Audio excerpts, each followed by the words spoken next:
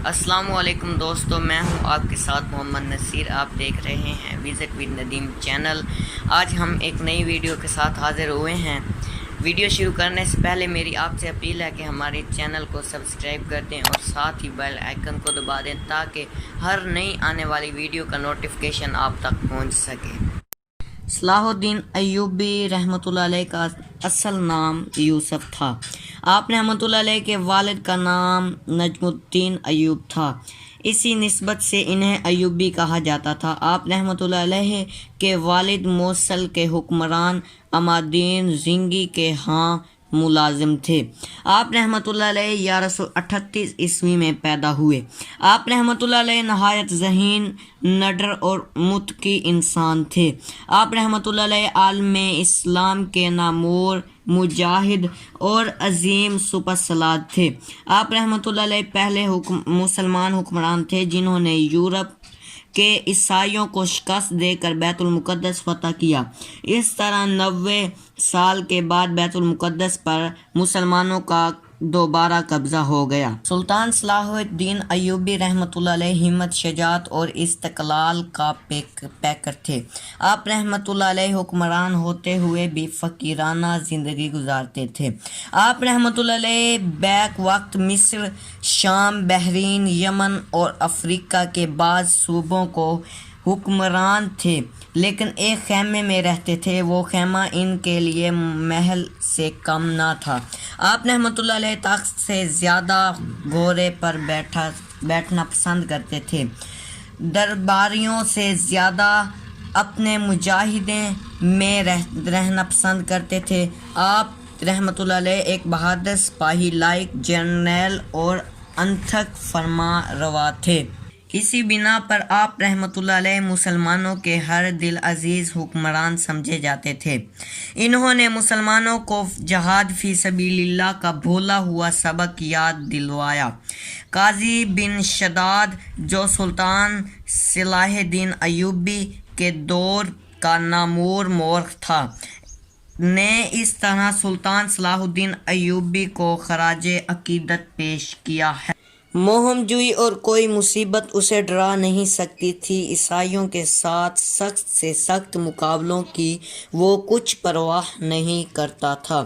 موسم سردا کی شدید سردیوں میں وہ جنگ اور حملوں میں مصروف رہتا تھا اور قلیل فوج کے ساتھ کثیر فوج کا مقابلہ کرنے سے نہیں گھبراتا تھا، بلکہ دشمن فوج کی کثرت سلطان کا حوصلہ بڑھاتی تھی۔ صلاح الدین ایوبی رحمۃ اللہ علیہ بے حد فیاض، احسان کرنے والے، عفو درگزر سے کام لینے والے اور حلیم و بردبار تھے۔ آپ رحمۃ اللہ علیہ نے اپنی وسیع سلطنت میں غریبوں اور مسکینوں کے لیے لنگر خانے، مدارس اور شفا خانے قائم کر رکھے تھے۔ کہتے ہیں کہ جوں جوں صلاح الدین ایوبی کی سلطنت ترقی کرتی گئی تو اس کی فیاضی بھی بڑھتی گئی۔ ان کی وفات پر ان کے خزانے میں صرف 47 درہم تھے۔ کوئی باغ، مکان، حویلی یا زمین ان کی ملکیت نہ تھی۔ ان کی فیاضی کا یہ حال تھا کہ حکمران ہونے کے باوجود ساری زندگی زکوٰۃ کی ادائیگی کے لیے صاحب نصاب نہ بنے۔ وہ اکثر کہا کرتے تھے کہ فیاضی سے مجھے راحت ملتی ہے، یہ مال و زر میرا نہیں ہے، مستحق لوگوں کی امانت ہے۔ بیت المقدس کی فتح کے وقت 2,20,000 دینار جمع ہوئے تھے جو عیسائیوں نے جزیے کے طور پر دیے تھے، لیکن جب سلطان صلاح الدین ایوبی وہاں سے رخصت ہونے لگے تو ان کے پاس 1 دینار بھی نہ تھا۔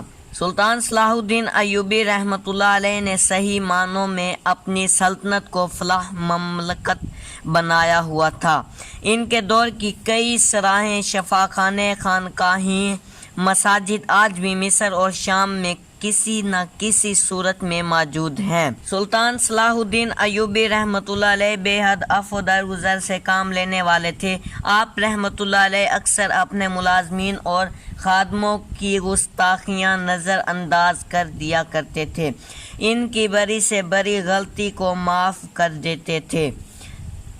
سلطان صلاح الدین ایوبی رحمۃ اللہ علیہ علم اور اہل علم کی بے پناہ قدر کرتے تھے۔ انہوں نے علامہ فضل شاعر کی تنخواہ مقرر کر رکھی تھی اور وقتاً فوقتاً ان کو انعام و کرام سے بھی نوازتے رہتے تھے۔ سلطان صلاح الدین ایوبی رحمۃ اللہ علیہ خود بھی شاعر کہتے تھے اور اچھے اشعار پسند کرتے تھے۔ اپنے چھوٹے بھائی کی وفات پر اپنے غم کا اظہار شعر کہہ کر کیا۔ ان کی مجلس میں اہل دانش جمع رہتے تھے۔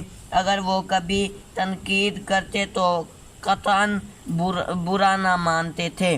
انہوں نے ہر بڑے شہر میں مدارس قائم کر رکھے تھے۔ ان کی سلطنت میں کئی کتب خانے قائم کیے گئے۔ سلطان صلاح الدین ایوبی نہایت رقیق القلب انسان تھے۔ قرآن مجید کے سنتے ہی پھوٹ پھوٹ کر رو پڑتے تھے۔ اسی طرح یتیموں اور بے سہاروں کا خاص خیال رکھتے تھے۔ الغرض سلطان صلاح الدین ایوبی رحمۃ اللہ علیہ نہ صرف نامور مجاہد اور جرنیل تھے بلکہ اعلیٰ اخلاق کے مالک اور ہر عزیز حکمران بھی تھے۔ آپ نے 55 برس کی عمر میں 1193 عیسوی میں وفات پائی۔